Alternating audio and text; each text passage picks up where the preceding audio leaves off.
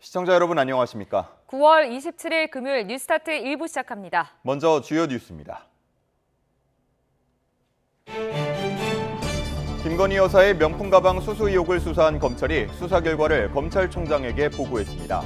김 여사와 최재형 목사 모두 불기소해야 한다고 보고한 것으로 알려졌는데 조만간 처분 결과를 발표할 전망입니다.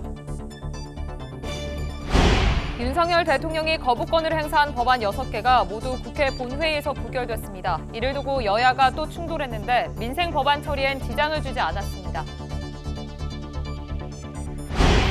오는 11월 미국 대선이 끝난 뒤 북한이 7차 핵실험을 할 수 있다고 국가정보원이 전망했습니다. 북한이 보유한 핵물질에 대해서는 최소 2자릿수 이상의 핵무기를 만들 수 있을 정도의 상당한 양이라고 분석했습니다. 한국과 일본이 제주도 남쪽 해저 대륙붕의 일부인 칠광구에 대한 공동개발 논의를 40여 년 만에 재개합니다. 석유와 가스가 묻혀있을 가능성이 있는데 공동개발이 활성화하는 계기가 될지 주목됩니다. 올해 거칠 세금이 원래 예상보다 30조 원 가까이 적을 거란 정부의 전망이 나왔습니다. 지난해 56조나 덜 거친 데 이어 2년째 세수 부족이 반복되는 건데 경기 부진의 여파로 특히 법인세가 14조 원가량 줄어들 것으로 추산됐습니다. 음주 뺑소니로 사망사고를 낸 마세라티 운전자가 이틀 만에 붙잡혔습니다. 광주광역시에서 사고를 내는데 이틀간 도피 끝에 붙잡힌 곳은 서울이었습니다. 이창수 서울중앙지검장이 신무정 검찰총장에게 김건희 여사의 명품 가방 사건에 관한 수사 결과를 보고했습니다. 서울중앙지검 수사팀은 가방을 받은 김 여사와 가방을 건넨 최재형 목사 모두 불기소하는 방향으로 의견을 모은 것으로 전해졌습니다. 청탁금지법상 공직자의 배우자를 처벌할 근거 조항이 없고 최 목사가 청탁이 아닌 촬영 목적으로 가방을 건네는 등 범행 의도가 없었다고 판단한 것으로 알려졌습니다. 심 총장이 수사팀 보고 내용을 승인하면 조만간 최종 처분 결과가 발표될 것으로 보입니다. 지난달 윤석열 대통령이 거부권을 행사한 방송사법과 전국민 25만 원 지원법, 노란봉투법이 국회 재표결에서 부결돼 폐기됐습니다. 이들 6개 법안은 본회의 무기명 투표 결과 재의결 요건인 재적의원 과반 출석에 출석의원 3분의 2 이상 찬성표가 나오지 않아 부결됐습니다. 이에 야당 의원들은 본회의장 앞에서 규탄 대회를 열고 국민의힘이 용산 눈치를 보느라 또다시 민생개혁 법안을 짓밟았다고 성토했습니다. 반면 여당은 야권에서도 일부 반대표가 나왔다는 점을 부각하며 민주당은 대통령의 제2요구권 행사를 제한하는 반헌법적 시도를 멈추고 민생 입법과 현안 해결에 동참하라고 촉구했습니다. 국가정보원은 북한이 7차 핵실험에 나설 가능성을 배제할 수 없고 오는 11월 미국 대선 전보다는 이후에 이루어질 가능성이 있다고 전망했습니다. 국정원은 국회 정보위 전체 회의에서 북한이 플루토늄 70여 킬로그램과 고농축 우라늄 상당량을 보유하고 있고 이는 최소 2자릿수 이상 핵무기를 만들 수 있는 양이라며 이같이 설명했다고 정보위 여야 간사가 밝혔습니다. 국정원은 지난 13일 북한이 김정은 국무위원장의 고농축 우라늄 제조시설 방문을 공개한 건 대외적으로는 미 대선을 앞두고 미국을 의식한 행위이고 대내적으로는 주민 자신감 고취 행위로 해석할 수 있다고 진단했습니다. 석유자원 탐사구역인 제7광구에 대한 한일 남북 대륙붕 공동개발 협정의 종료 통보 가능 시점이 9개월 앞으로 다가온 가운데 한일 외교당국이 약 40년 만에 협정 이행 문제를 논의하는 공동위원회를 제기합니다. 한일 양국은 지난 1985년 제5차 공동위원회를 개최한 이후 40년 가까이 후속회의를 중단했다가 오늘 도쿄에서 제6차 공동위원회를 개최한다고 밝혔습니다. 외교부 당국자는 이번 공동위는 그동안 우리 정부가 공동위 개최를 일본에 지속적으로 요구해온 노력의 결과라며 적극적인 태도로 임할 것이고 협정 관련 모든 시나리오를 염두에 두고 다각적으로 대응 방안을 검토할 것이라고 밝혔습니다. 올해 세수 결손 규모가 30조 원에 육박하는 것으로 나타났습니다. 기획재정부는 국세 수입에 대한 재추계 결과 올해 국세 수입이 예산 대비 29조 6천억 원 부족할 것으로 예상된다고 밝혔습니다. 이에 따라 지난해 56조 4천억 원 규모의 세수 펑크에 이어 2년째 대규모의 세수 결손이 현실화됐습니다. 세부적으로는 법인세는 예산 대비 14조 5천억, 양도세는 5조 8천억 원이 덜 거칠 것으로 전망됐습니다. 국회 기획재정위원회 소속 여야 의원들은 30조 원에 달하는 대규모 세수 결손을 전망한 정부를 한 목소리로 질타했습니다. 야당 의원들은 세수 결손이 긴축 재정을 고집한 정부의 경제정책 실패 때문이라며 최상목 부총리의 사퇴를 포함해 관련자 문책을 요구했고, 여당에서도 대규모 세수 오차가 반복되는 상황을 심각하게 받아들여야 한다는 지적이 나왔습니다. 하지만 세수 결손을 메우기 위한 추가 경정 예산 편성의 필요성에 대해서는 야당은 대규모 세수 결손이 발생하면 추경을 편성해 세입 세출을 조정해야 한다고 주장했지만, 여당은 추가 국채 발행 없이 책임지고 대응하겠다는 행정부의 재량을 존중해야 한다고 반박했습니다. 새벽 시간 오토바이를 들이받아 사상자 2명을 낸 외제차 운전자가 도주 이틀 만에 경찰에 붙잡혔습니다. 광주 서부경찰서는 특정범죄 가중처벌법상 도주 시사상 혐의로 30대 A씨를 서울 강남구 도로변에서 긴급 체포했습니다. A씨는 지난 24일 새벽 광주에 있는 한 도로에서 앞서가던 오토바이를 들이받아 뒷좌석에 탄 20대 여성이 숨지고 운전자 남성이 크게 다치는 사고를 냈습니다. 사고 직후 A씨는 휴대전화를 끈 채 동승자와 함께 잠적했으며 이틀 넘게 도피 행각을 벌여왔습니다.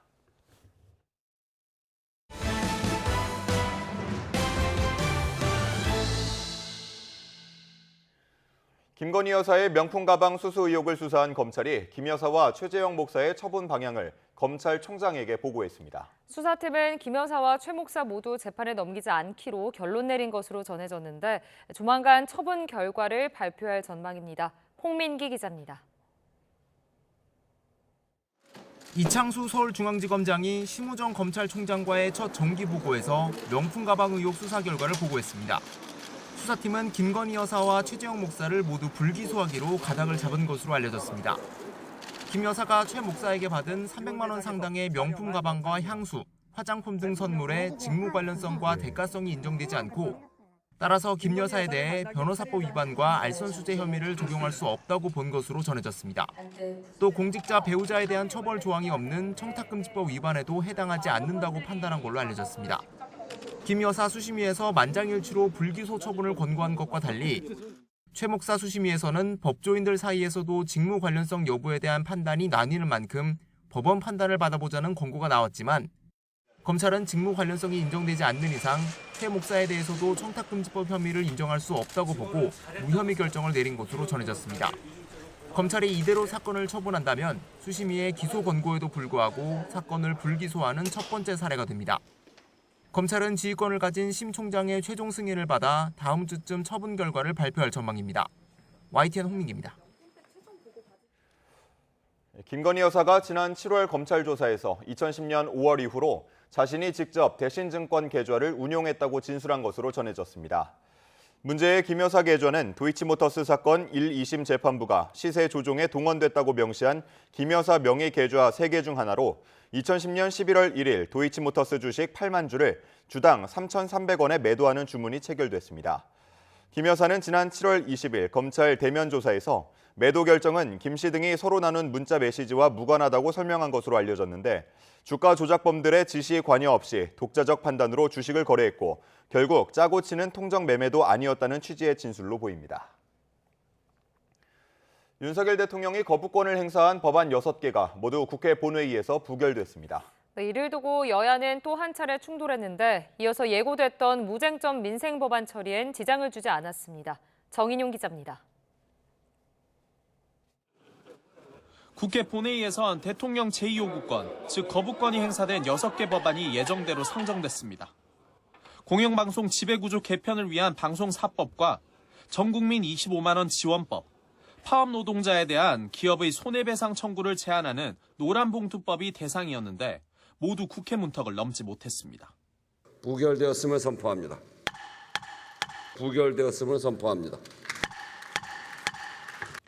방송 영구 장악, 현금 살포, 불법 파업 조장법이라며 반발해왔던 여당은 야당이 부결을 이유로 자리를 비우고 규탄 대회를 열자 이를 허용한 우원식 국회의장까지 싸잡아 비판했고, 민생 법안을 처리해야 될 이 시간에 민주당이 저렇게 막무가내로 집회를 하고 회의를 진행하지 않는 국회의장, 정말 이상한.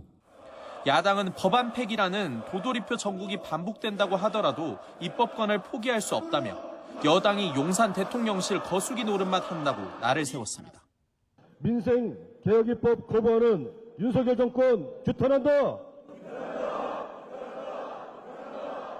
민생이면 국민 무시, 국민의힘 각성하라. 여야는 이어진 민생 법안 처리는 예정대로 진행해 70여 건을 통과시켰습니다.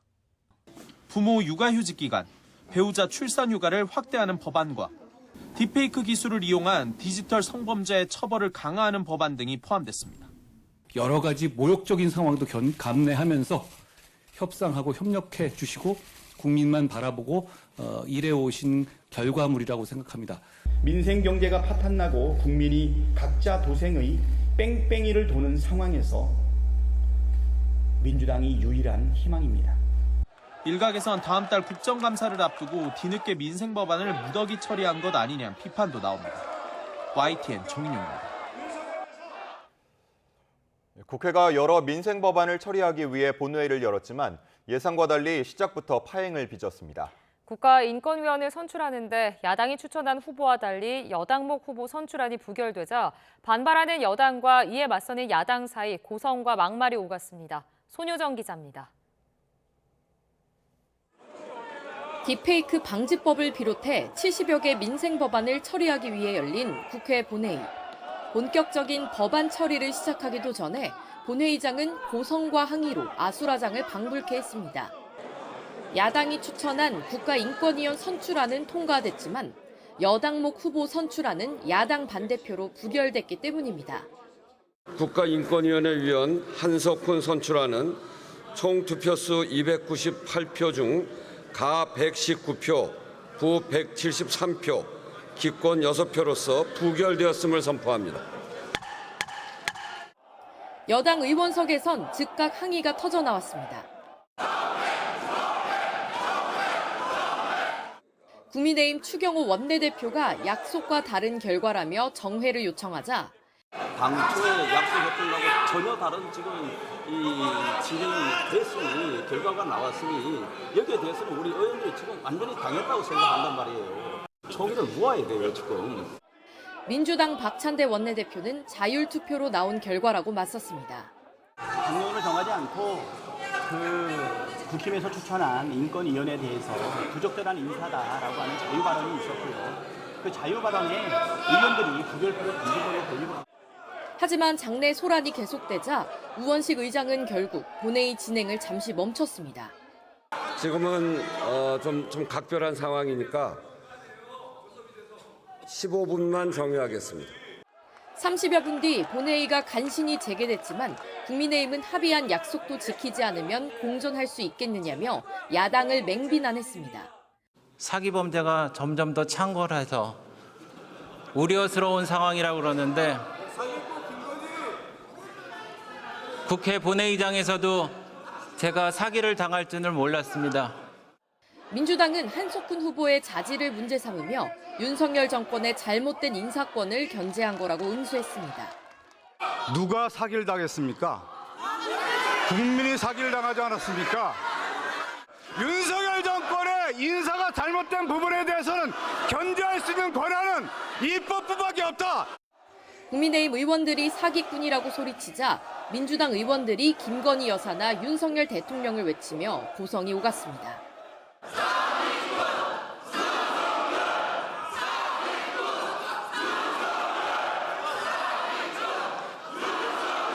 아주 그렇게 하세요. 그렇게 하세요. 여야는 이후 남은 법안 표결을 이어갔지만 상대에 대한 조롱과 막말을 주고받으며 나쁘끄러운 모습을 연출했다는 비판은 피할 수 없게 됐습니다. YTN 손효정입니다. 국가정보원이 오는 11월 미국 대선이 끝난 뒤 북한의 7차 핵실험 가능성이 있다고 전망했습니다. 북한의 핵 능력에 대해선 최소 2자릿수 이상의 핵무기를 만들 수 있는 플루토늄과 고농축 우라늄을 확보한 것으로 분석했습니다. 이종원 기자입니다. 오는 11월 미국 대선을 전후해 북한의 7차 핵실험 가능성이 있다는 대통령실의 진단에 이어 국가정보원도 비슷한 관측을 내놨습니다. 국정원은 국회 정보위 현안 질의에서 이 같은 분석을 공개하면서 미 대선 이전보다는 이후일 가능성이 크다고 분석했습니다. ICBM 발사라든지 인공위성 발사나 미사일 발사 다양한 수단들이 있기 때문에 미 대선 전보다는 더 후가 될 가능성이 있지 않겠느냐라는 분석이 있었습니다. 북한의 핵 능력에 대해선 기존에 알려진 대로 플루토늄은 70kg가량, 고농축 우라늄도 상당량을 보유하고 있다며 최소 2자릿수 이상의 핵무기를 만들 수 있는 양이라고 분석했습니다.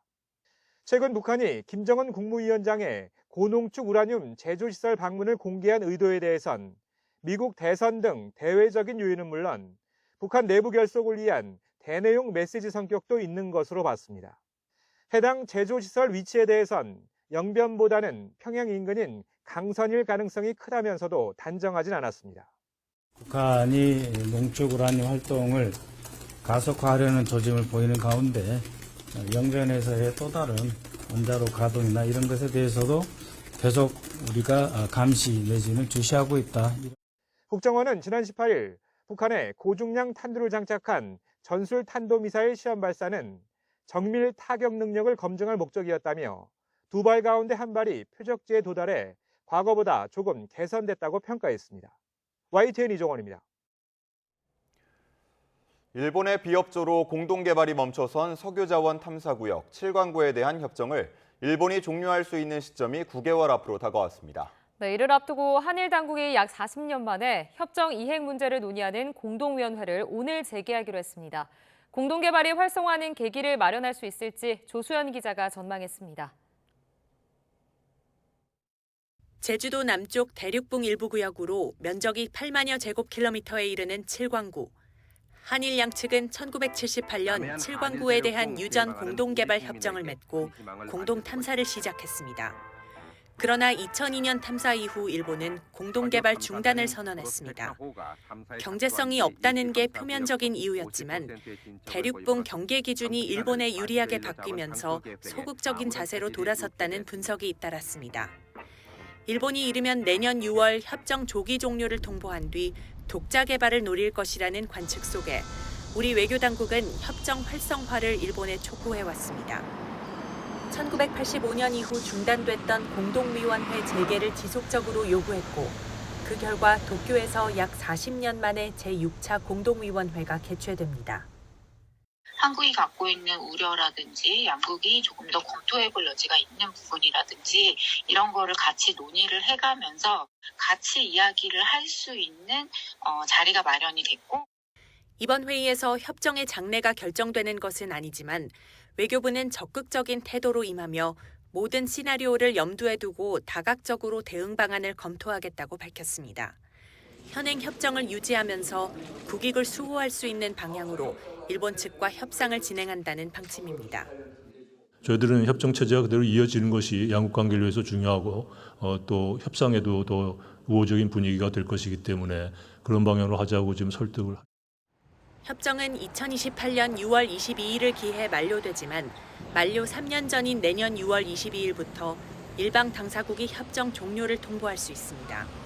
외교부는 다만 협정이 종료된다고 해도 국제법상 경계 미획정 수역으로 남는 만큼 한국의 동의 없이 일본이 자원 개발 권한을 독점하거나 일방적인 개발에 나설 수 없다고 강조했습니다.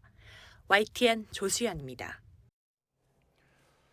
4년 연속으로 세수 오차가 반복되며 오차 규모가 200조 원에 달하는 것으로 나타났습니다. 정부의 경기 예측 실패에 대한 비난의 목소리가 커질 수밖에 없습니다. 보도에 오인석 기자입니다.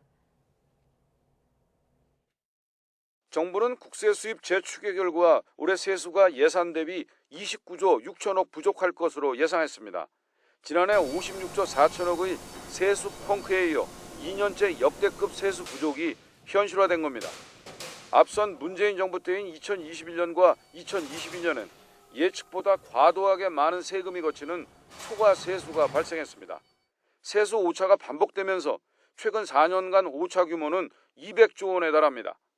올해 세수 오차율은 8.1%, 지난해는 14.1%로 4년간 평균 오차율은 12.4%를 기록했습니다. 같은 기간 미국 7.8%, 일본 7.3%, 독일 5.7% 등과 비교해 세수 오차율이 월등히 높았습니다. 나라 살림을 책임지고 있는 기재부의 장관으로서 이 여하를 불문하고 코로나19 이후 4년간 세수 축의 오차가 반복된 상황에 대해 송구스럽게 생각하며 이에 대해 무거운 책임감을 느낍니다. 정부는 올해 세수 부족의 원인으로 법인세 감소폭이 예상보다 컸고 부동산 거래 부진으로 양도소득세 등 자산시장 관련 세수가 감소한 것을 꼽았습니다. 법인세는 예산 대비 14조 5천억, 양도세는 5조 8천억이 덜 거칠 것으로 전망했습니다. 정부는 애초 예측보다 부족한 세수는 기금 여유 재원을 최대한 활용해 메꾸고 불가피하게 연내 집행이 어려운 사업에 대해선 일부 강제 불용 가능성까지 열어놨습니다. 다만 세수 부족에 대응하기 위한 추경 편성은 요건에 맞지 않는다며 선을 그었습니다. 세금이 덜 거치면서 재정 기반이 취약해지고 이는 부실한 경기 대응으로 이어질 수 있다는 우려가 나오고 있습니다. 고금리 장기화로 가뜩이나 내수가 부진한 상황에서 재정의 역할이 필요하다는 지적입니다. 4년 연속 세수 오차는 정부의 경기 예측이 빗나가면서 반복되고 있다는 비난의 목소리도 커지고 있습니다. 세수 추계가 연속적으로 잘못될 경우에는 재정 적자를 늘릴 수가 있고 또 재정의 경기 조절 능력을 약화시킬 수 있다는 측면에서 우려하지 않을 수가 없습니다. 정부는 내년부터 국회 예산정책처와 조세재정연구원, KDI 등 전문기관을 세수 추계 모든 단계에 참여시켜 세수 추계 절차를 개편하겠다고 밝혔습니다. YTN 오인석입니다. 지난 24일 광주에서 음주 뺑소니를 낸 마세라티 운전자가 도주 이틀 만에 서울에서 붙잡혔습니다. 충북에선 화물차에 실려 있던 맥주 300여 상자가 쏟아져 도로가 아수라장이 되기도 했습니다. 간밤의 사건 사고 강민경 기자가 정리했습니다. 앞서가던 오토바이를 빠른 속도로 들이받는 흰색 차량. 광주 서구 화정동의 한 도로에서 음주 뺑소니로 20대 여성을 숨지게 하고 남자친구인 운전자 남성을 크게 다치게 한 마세라티 운전자가 도주 이틀 만에 경찰에 붙잡혔습니다. 어젯밤 10시쯤 서울의 한 지하철역 근처에서 검거된 30대 A씨는 지난 24일 새벽 사고 직후 승용차를 버리고 동승자 B씨와 함께 잠적해 이틀 넘게 도피를 이어왔습니다.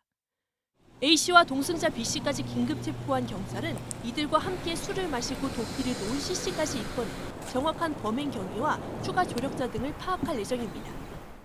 초록색 맥주 상자가 도로를 가득 메우고 있습니다. 깨진 병에서 쏟아진 맥주가 고인 빗물처럼 흥건합니다. 어제 저녁 9시 반쯤 충북 충주시 용두동의 한 3차선 도로를 달리던 화물 차량의 문이 열려 안에 있던 맥주 300여 상자와 30리터 맥주통 120여 개가 도로로 쏟아졌습니다. 경찰은 2개 차선을 통제해 현장을 치웠는데 시민 10여 명도 함께 현장을 수습하는 과정에서 한 명이 다쳐 병원으로 옮겨졌습니다. 어제 오후 6시쯤엔 부산 사상구 서부산 낙동강교를 달리던 트럭에서 갑자기 불이 났습니다. 다친 사람은 없었지만 차량 일부가 타면서 소방서 추산 290만 원의 재산 피해가 났고 퇴근 시간 정체도 있었습니다.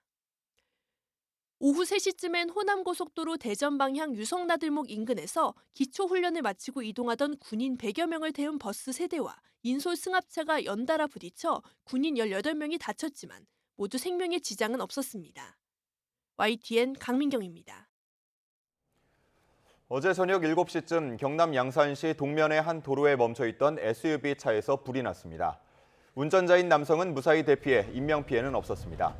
경찰과 소방은 차량 앞쪽에서 불이 시작됐다는 진술을 토대로 정확한 화재 원인을 조사하고 있습니다. 어제 저녁 9시 20분쯤 제주 서귀포시 강정동의 한 리조트에서 수학여행을 온 학생 8명이 소화기 분말을 흡입했다가 인근 병원으로 옮겨졌습니다. 경찰은 이들이 소화기를 가지고 놀다가 분말이 입으로 들어간 것으로 보고 정확한 원인을 조사하고 있습니다. 한 줄 뉴스입니다. 대추값이 고공행진을 이어가는 가운데 이마트 일부 점포에서 품절 현상이 나타나자 1인당 구매를 3포기까지로 제한하고 나섰습니다. 서울 아파트값이 27주 연속 상승세를 보인 가운데 상승폭은 0.12%로 2주 연속 줄었습니다. 재건축, 재개발과 같은 정비 사업을 통해 공급되는 아파트의 1순위 청약 경쟁률이 평균 31.05대 1로 일반 신축 아파트와 비교해 3배 이상 높은 것으로 나타났습니다. 우리은행이 가계대출 관리 강화를 위해 주택담보대출과 전세자금 대출 금리를 추가 인상한다고 밝혔습니다. 금융기관으로부터 빌린 돈을 제때 갚지 못하는 자영업자들이 계속 늘면서 취약 자영업자 대출 연체율이 10.15%로 2분기 연속 10%대를 기록했습니다. 지난해 말 기준으로 이자 보상 배율이 1 미만이라 영업이익이 이자 비용에 미치지 못한 한계 기업 비중은 16.4%로 2022년보다 증가했습니다. 한국은행은 3년 연속 영업이익으로 대출이자도 갚지 못하는 한계 기업은 적기에 구조조정을 해야 한다고 제언했습니다. 영풍과 MBK 파트너스가 고려아연 경영권 인수를 위한 주식 공개 매수에 나선 가운데 홈플러스 측은 이번 사태와 관련이 없는 제3자라면서 부정적인 언급으로 영업에 막대한 지장을 입었다고 주장했습니다. 한국거래소는 주주환원의 적극적인 기업 상당수가 코리아 밸류업 지수에 편입되지 않았다는 지적에 대해 반박하고 나섰습니다. 주주환원은 선정 요소 가운데 하나이며 주주환원 규모가 밸류업 지수 종목 선정의 절대적인 고려 요소가 아니라고 말했습니다. 공정거래위원회는 하도급 대금 3,850만 원과 지연이자 지급 명령을 이행하지 않은 아이디오테크와 대표자를 검찰에 고발한다고 밝혔습니다. 한국소비자원이 알리테무 등 중국 쇼핑 플랫폼의 해외 직구 에센셜 오일과 반려동물 용품의 안전성 검사를 한 결과 75%의 제품에서 유해물질 검출, 알레르기 유발 성분 미표기 등 문제가 발견됐습니다. 지금까지 한 줄 뉴스였습니다. 건축 자재 안에 몰래 빈 공간을 만들어 중국산 담배와 가짜 발기부전 치료제를 들여온 일당이 적발됐습니다. 시가로 무려 70억 원이 넘는 규모로 단속을 피하기 위해 차량을 바꿔가며 운반하는 수법을 썼습니다. 이영원 기자입니다. 우레탄 바닥판 겉을 뜯어내자 담뱃갑이 가득합니다. 잔뜩 쌓여있는 자재를 여는 족족 알약과 녹두, 명품 가방이 줄줄이 나옵니다. 담배처럼 부피가 큰 밀수품을 먼저 채우고 남은 공간에 치료제와 녹두가 빼곡히 담겨 있습니다. 조금이라도 수익을 더 내기 위해 최대한 많은 밀수품을 들여오려고 바닥재 안을 꽉 채운 겁니다. 이렇게 한 번에 시도한 밀수 규모만 국산으로 둔갑한 담배 8만 3천 갑과 가짜 발기부전 치료제 11만 정, 녹두 1톤 등입니다. 시가로는 무려 73억 원에 달합니다. 세관은 50대 국내 총책 A씨 등 4명을 검찰에 넘기고 중국에서 물건을 넘긴 A씨 남편을 지명 수배했다고 밝혔습니다. 이들은 세관 추적을 피하기 위해 다른 사람 명의로 수입 신고를 하고 SNS로 운반책을 모집한 것으로 조사됐습니다. 특히 이번 적발 전에 세관을 통과한 일부 밀수품은 여러 장소를 거쳐 운반하는 치밀함까지 보였습니다. 세관 추적을 피하기 위해서 처음에는 5톤 트럭으로 이제 노상으로 옮기고 거기서는 1톤 트럭 4대로 다시 2차 배송지로 옮기고 추적이 엄청 어려웠습니다. 이거는. 세관은 불법 의약품과 위조 상품 밀수입은 국민 건강과 공정한 유통 질서를 해치는 중대한 범죄라며 단속을 강화하겠다고 강조했습니다. YTN 이영훈입니다. 현재 65세 이상 고령자 10명 가운데 4명은 혼자 사는데요. 홀로 사는 노인은 고령자 가구 평균치보다 삶이 더 팍팍하고 건강도 좋지 않은 것으로 나타났습니다. 이승은 기자가 보도합니다. 통계청이 10월 2일 노인의 날을 앞두고 65세 이상 고령자 가구 가운데 38%에 이르는 홀로 사는 가구를 분석했습니다. 절반이 넘는 55.8%는 노후가 준비되지 않았다고 답했습니다. 고령자 전체 평균보다 15.3%포인트 많습니다. 본인이 스스로 생활비를 마련하는 경우는 절반에 못 미쳤습니다. 특히 정부나 사회단체 지원으로 생활비를 마련하는 비중이 10가구 가운데 3가구가 넘어서 고령자 가구 평균보다 2배 이상 높았습니다. 94%가 연금을 받고 있는데 월 평균 수급액은 58만 원이었습니다. 혼자 사는 고령자를 성별로 보면 여자의 기대 연령이 높아 남자와 여자 비율이 3대7로 여자의 비율이 높습니다. 정부 및 사회단체 지원이 높은데 이는 연금 제도가 성숙하지 못할 때 경제활동을 하셨기 때문으로 판단됩니다. 혼자 사는 고령자는 취미 활동 다음으로 여행을 하며 노후를 보내고 싶어 하지만 실제로는 취미 활동 다음으로 돈을 벌며 살아갑니다. 취업자 비중이 33%, 67만 명에 이릅니다. 일상생활에서 받는 스트레스는 전체 고령자 가구보다 좀 덜했지만 건강 상태는 좋지 않았습니다. 혼자 사는 고령자 가운데 21.4%는 걷거나 계단을 오르는데 어려움이 있다고 답해 활동의 제약이 컸습니다. 규칙적으로 운동하는 경우도 절반에 못 미쳤습니다. 3명 중 1명은 대화 상대가 없다고 답했고 5명 중 1명꼴로 주위에 도움받을 수 있는 사람, 교류하는 사람이 없다고 답했습니다. 도움받을 수 있는 사람, 교류하는 사람 모두 없다고 답한 경우도 8.5%에 이르렀습니다. 2021년 기준 우리나라 66세 이상 연령층의 상대적 빈곤율, 그러니까 소득이 중위소득의 50% 이하인 비율은 39.7%로 OECD 회원국 가운데 에스토니아 다음으로 높았습니다. 저소득층의 소득 부진으로 한 해 전보다 0.4%포인트 늘었습니다. 2023년 고령자 가구의 순자산액은 4억 5천여만 원으로 한 해 전보다 176만 원 늘어서 전체 가구보다 2천만 원 많았습니다. 하지만 부동산이 81.3%, 저축은 12.9%에 불과해 부동산 쏠림 현상이 심했습니다. YTN 이승은입니다.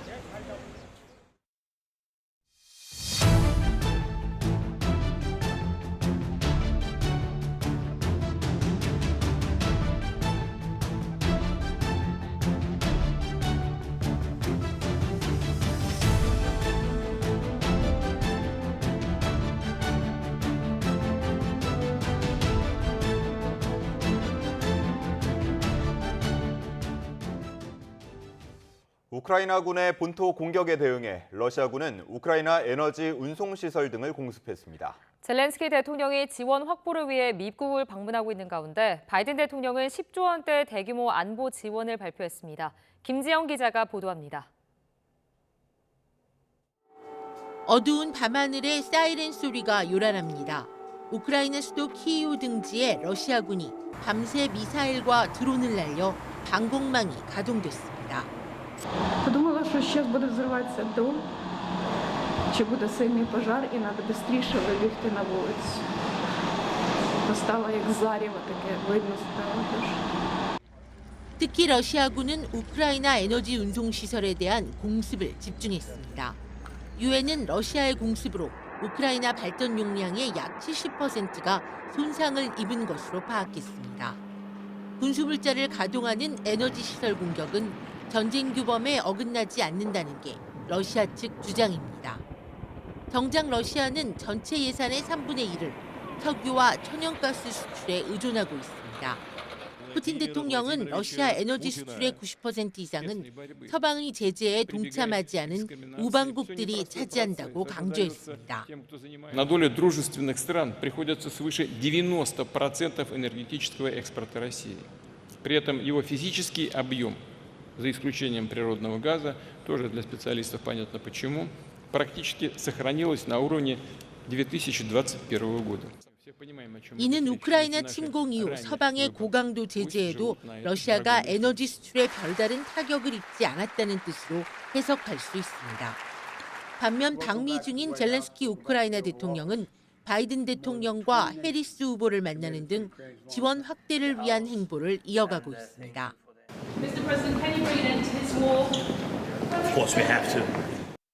때 맞춰 바이든 미국 대통령은 우크라이나에 대한 79억 달러, 우리 돈 10조 4천억 원 규모의 안보 지원을 발표했습니다.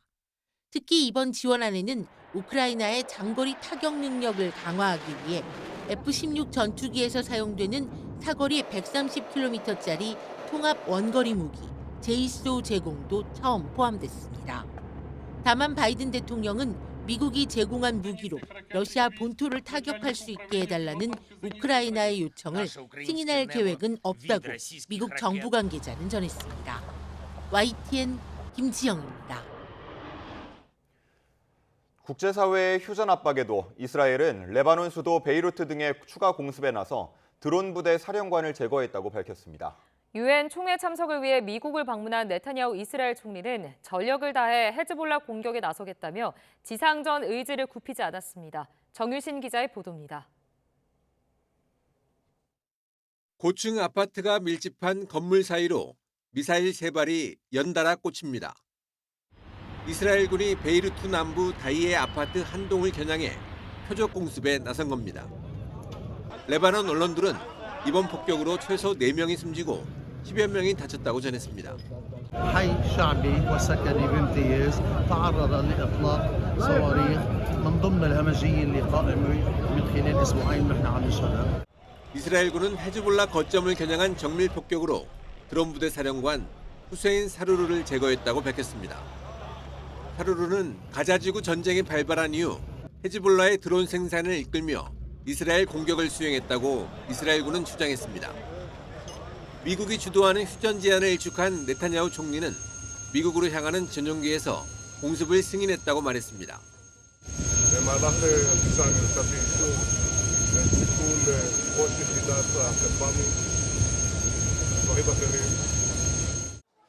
레바논 수도 베이루트에서 헤즈볼라 사령관을 겨냥한 공격은 이번이 4번째입니다.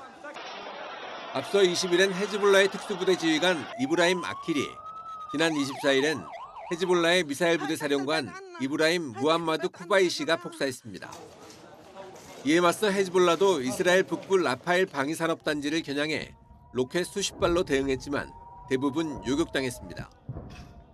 이른바 북쪽의 화살로 명명한 이번 작전에서 이스라엘군은 공습에 이어 전면전 채비도 마쳤습니다. 레바논 접경지를 담당하는 7기가 묘단 등은 지상전 훈련을 마친 뒤에 북부 국경에서 인접한 곳까지 탱크와 장비를 이동하고 있습니다. 지상전 전운이 임박한 가운데 레바논에선 피난민들의 탈출 행렬이 꼬리를 물고 있습니다.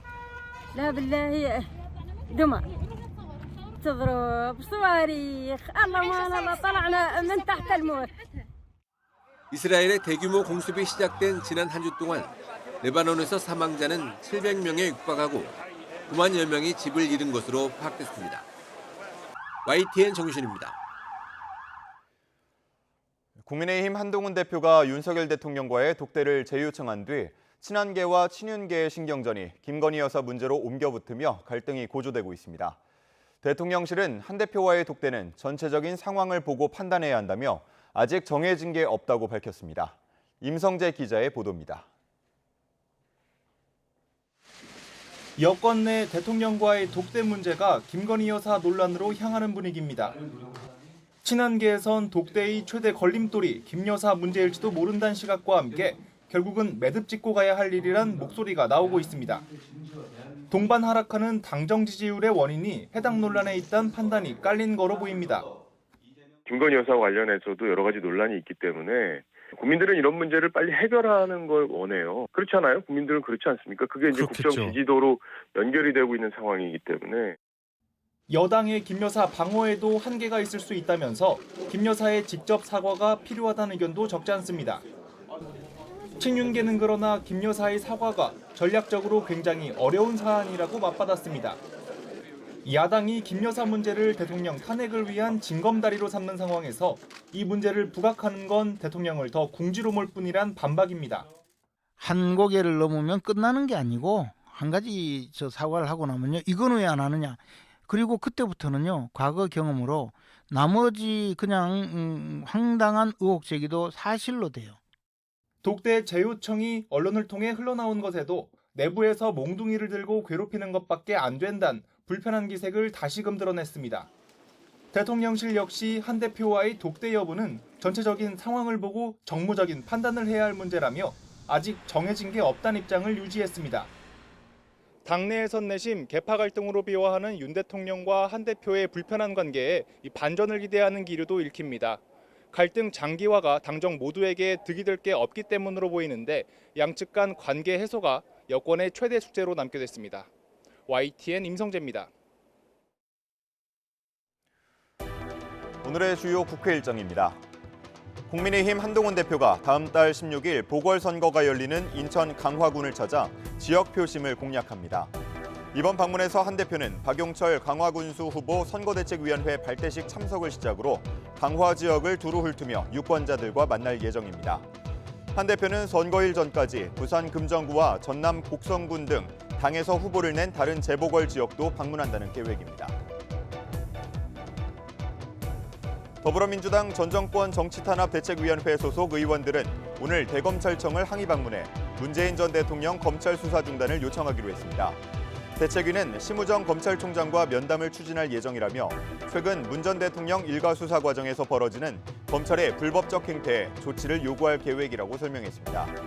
대책위 간사 김영배 의원은 검찰이 문 전 대통령 가족과 주변의 마구잡이식 압수수색과 별건 수사, 피의 사실 공표를 하고 있다며 심 총장이 이런 행태를 바로잡아야 한다고 주장했습니다. 9월 27일 금요일 미리 보는 오늘입니다. 배추 가격이 꾸준히 오르는 가운데 중국산 배추 수입 물량이 검역과 위생 절차를 마치고 오늘 처음으로 정부 창고로 들어옵니다. 농림축산식품부는 배추 초도 물량 16톤을 중국에서 들여와 가락시장을 통해 유통할 예정이라고 밝혔는데요. 또 앞으로 중국의 작황 상황과 국내 수요에 따라 수입을 늘려갈 계획입니다. 최근 곳곳에서 땅 꺼짐 현상이 나타나는 가운데 국토교통부가 구성한 지하 안전관리체계 개선 TF가 오늘 첫 회의를 시작으로 활동에 들어갑니다. TF는 연말까지 집안 침하 고위험 지역을 중점적으로 조사하며 집안 탐사 신뢰도 제고와 함께 불착공사 관리 강화를 위한 방안을 마련한다는 계획입니다. 오늘부터 경찰이 서울 강남 지역을 중심으로 마약 운전 특별 단속에 나섭니다. 서울 강남경찰서는 강남에 있는 클럽과 유흥주점 등을 대상으로 야간 시간 마약류 등 약물 운전 특별 단속을 벌인다고 밝혔습니다. 단속은 서울 논현동과 역삼동, 압구정동과 청담동에서 수시로 장소로 옮겨가며 진행됩니다. 행정안전부는 오늘부터 정보공개 청구 절차 간소화 서비스를 시작한다고 밝혔습니다. 행안부는 경찰청, 소방청, 지자체 등 관계기관과 협의를 거쳐 CCTV 영상과 고소장, 구급일지 보건 기록, 사건 신고 내용, 학교 폭력 등 10개의 유형으로 나눠 맞춤형 신청서 표준 서식을 마련했습니다. 민원인은 필수 사항만 작성하면 간편하게 정보 공개 청구를 할 수 있고 담당 공무원도 청구서를 신속하게 접수해 정보를 제공할 수 있게 됩니다. 지금까지 미리 보는 오늘이었습니다.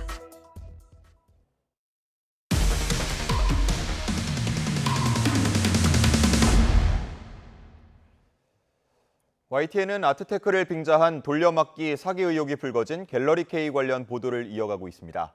대표 김모 씨가 연루된 6년 전 다른 사기 사건을 들여다봤더니 이때도 비슷한 방식으로 미술품을 팔았던 것으로 확인됐습니다. 당시 수법을 모방해 더 큰 판을 설계한 것 아니냐는 의심이 나옵니다. 양동훈 기자가 단독 보도합니다. 1,000억 원대 돌려막기 사기 혐의로 피소되기 직전 해외로 도피한 갤러리K 대표 김모 씨. 김 씨는 6년 전 수백억 원 규모의 사기 의혹이 불거진 FMI 글로벌의 부사장이었습니다. YTN 취재 결과 당시 외환 등 각종 자산에 투자한다며 돈을 끌어모은 FMI 글로벌의 상품 중에는 갤러리K 아트노믹스와 비슷한 아트인컴이 있었던 것으로 확인됐습니다. 투자자들이 그림을 사면 자신들이 위탁 운용에 수익금을 준다고 홍보했는데 갤러리K와 똑같은 방식입니다. 일정 기간이 지나 원하는 경우 회사가 그림을 다시 매입해준다는 내용까지 같습니다. 이제 부자들이나 이제 어떤 기업체들 이런 데들한테 렌트를 해줘서 수익을 얻는다고 했었는데 그런 시스템은 다 방식은 똑같은 것 같고. FMI 글로벌 대표 배모 씨는 투자금 400억 원을 갖고 잠적한 상황. 관련한 손해배상 소송 재판에서 법원은 김 씨가 이 회사에서 투자 상품 기획과 개발을 담당했다고 명시했습니다. 결국 FMI 글로벌에서 익힌 수법을 갤러리K에서 그대로 써먹으며 부당이득을 노린 거 아니냐는 의심이 나옵니다. 당시 문제되었던 투자 상품 중에 하나가 아트인컴이었습니다. 처벌받지 않고 있다 보니까 그런 유사한 상품을 개발해서 더욱더 많은 피해를 야기한 거 아닌가 싶습니다. 대표인 김 씨가 도주한 것까지 FMI 글로벌 사건과 똑같은데 피해자들은 하루빨리 김 씨의 신병을 확보해 수사에 속도를 내길 바라고 있습니다. YTN 양동훈입니다.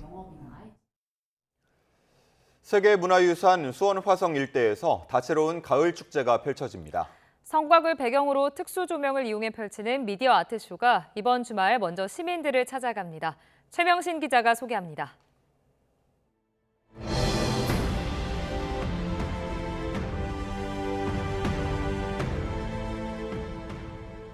가을밤, 성곽을 도화지 삼아 펼쳐지는 화사한 빛의 파노라마. 꿈속에서 정조는 빛이 돼 온 세상을 누빕니다. 정조가 꿈꾸던 유토피아를 작품으로 만들었습니다. 올해 주제는 만개의 냇가를 비추는 밝은 달이라는 뜻의 만천명월로 정조의 애민 사상이 달빛처럼 백성에게 고루 퍼져 스며든다는 의미를 담았습니다. 보고 듣고 만지는 미디어 아트쇼로 가을밤의 멋진 감동과 추억을 선사하게 됩니다. 다음 주엔 올해 61번째를 맞는 수원 화성문화제가 시민들을 기다립니다. 4일 경축 타종 공연을 시작으로 6일 문화재 최대 백미인 정조대왕 능행차 공동 재현 행사가 준비됐습니다. 공개 모집을 통한 시민 참여자가 해경궁 홍씨와 거리 공연자로 나서는 등 시민 참여 공간을 크게 확대했는데 올해 문체부 글로벌 축제 공모 사업에 선정돼 의미를 더하고 있습니다.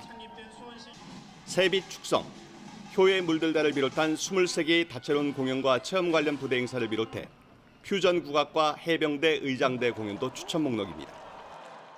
수원 화성 행궁과 행궁동 골목골목까지 다양한 공연과 체험으로 가득해서 마치 조선시대로 시간여행을 온 것 같은 기분을 즐길 수 있을 겁니다. 정조대왕의 모든 것이 궁금하다면 수원 화성에서 답을 찾아보는 건 어떨까요? YTN 최명신입니다. 대한민국 1호 단추 디자이너, 또 전 세계를 휩쓴 K만두의 어머니, 천만 영화의 마케터. 이 사람의 이름은 몰라도 이 사람이 만든 브랜드는 한 번쯤 사용해 보신 경험이 있을 겁니다.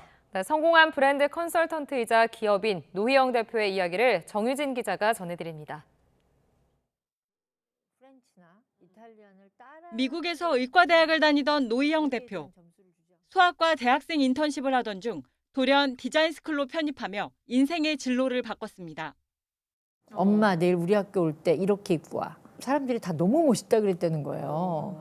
이 색깔에 뭔가 감각이 있는 애다. 제 진짜 그거 말 한마디 믿고. 이후 국내 최초 단추 디자이너로 명성을 높인 노 대표는 요식업계에 뛰어들었습니다. 미국에서 가장 인기 있는 아시아 메뉴였던 만두 시장에 출사표를 던졌고 신화를 일궈냈습니다. 너무 두껍고 기름이 많고 피가 두꺼워요. 중국 스타일로. 에어프라이를 하던 팬프라이를 하던 튀기든 삶던 가장 맛을 잘 만들 수 있기 때문에 우리가 링을 이길 수 있다. 잘 만든 영화 뒤에는 영리한 마케팅이 숨어 있다. 역대 최다 관객을 모은 영화 명량 홍보 때는 군장성을 대상으로 한 시사회를 열어 입소문을 냈습니다. 90% 이상이 존경하는 장군을 쓰라 그러면 다 이순신 장군이에요. 당연히 부대로 돌아가서 야 너무 재밌어. 명량 꼭 봐. 군인이라면 한번 봐야 돼. 해외에서는 한식붐이 일고 있지만 한식을 하려는 젊은이들은 줄고 있는 현실. 노 대표는 지금 한식 셰프에 대한 자긍심과 국가적인 지원이 필요한 때라고 진단했습니다. 봉골레 파스타 만드는 거 대비 우리나라 칼국수로 보면 노력이든 훨씬 더 어려운데 해물 칼국수가 18,000원 이상 못 받을걸요. 유행을 따라가던 팔로워에서 트렌드를 창조하는 리더가 되기까지 200여 개 브랜드를 창조하며 스스로 브랜드가 된 노희영 대표의 이야기를 오늘 밤 11시 10분 김성경의 남산 드라이브에서 만나보시죠. YTN 정유진입니다. YTN이 다음 달 열리는 국정감사 증인으로 김 사장과 유진그룹 유경선 회장 등이 증인으로 채택된 것에 반발하며 야당을 비판했습니다. YTN은 입장문을 내고 더불어민주당이 언론 자유를 침해하는 폭거를 자행했다며 국회가 채택한 증인 대부분이 YTN 민영화와 전혀 관련이 없으며 대주주 형제의 사돈까지 망라돼 있다고 밝혔습니다. 이어 일부 의원과의 사적 원한 때문에 지목된 듯한 경우까지 있다고 지적했습니다. 그러면서 이 정도면 민주적 선거로 국회 집권자가 된 정당이 되레 의회 민주주의와 법치주의를 짓밟으며 입맛대로 언론을 손보겠다는 독재자와 하등 다를 게 없다고 강조했습니다. 출근길 YTN 날씨입니다. 주말을 앞둔 오늘도 아침 공기가 선선합니다. 현재 서울과 광주 20도 안팎을 보이며 어제 같은 시각보다 조금 낮게 출발하고 있는데요. 한낮에는 28도 안팎까지 올라 서쪽 지방을 중심으로 늦더위가 나타나겠습니다. 낮 기온이 오르는 만큼 일교차도 크게 벌어져 조심하셔야겠습니다. 오늘 내륙 하늘에는 구름만 다소 지나겠습니다. 다만 아침까지 경기와 강원, 충북과 남부 내륙을 중심으로는 안개가 짙게 끼겠습니다. 동풍의 영향으로 영동 지방에는 차츰 비가 시작되겠습니다. 내일까지 최고 100mm 이상의 폭우가 쏟아지겠습니다. 내일은 경북 동해안과 북동 산간에도 비가 내리겠습니다. 또 오늘 내륙 곳곳으로는 한때 5에서 20mm의 소나기가 지나는 곳이 있겠습니다. 자세한 지역별 기온 살펴보겠습니다. 현재 서울 기온은 19.7도, 청주 21도, 부산 22.9도를 보이고 있습니다. 한낮에는 예년 기온을 3, 4도가량 웃돌며 덥겠습니다. 오늘 낮 기온은 서울 28도, 광주와 대구도 28도까지 오르겠고요. 반면 동해안 지역은 강릉 23도, 포항 25도에 그치겠습니다. 이번 주말과 휴일에도 내륙은 맑겠지만 충북 북부와 영남 서부 내륙에는 소나기가 지나겠고요. 막바지 늦더위는 10월로 접어들면서 누그러질 전망입니다. 날씨였습니다. 이상으로 뉴스타트 1부 마칩니다. 잠시 후 2부가 이어집니다. 시청해주신 여러분 고맙습니다.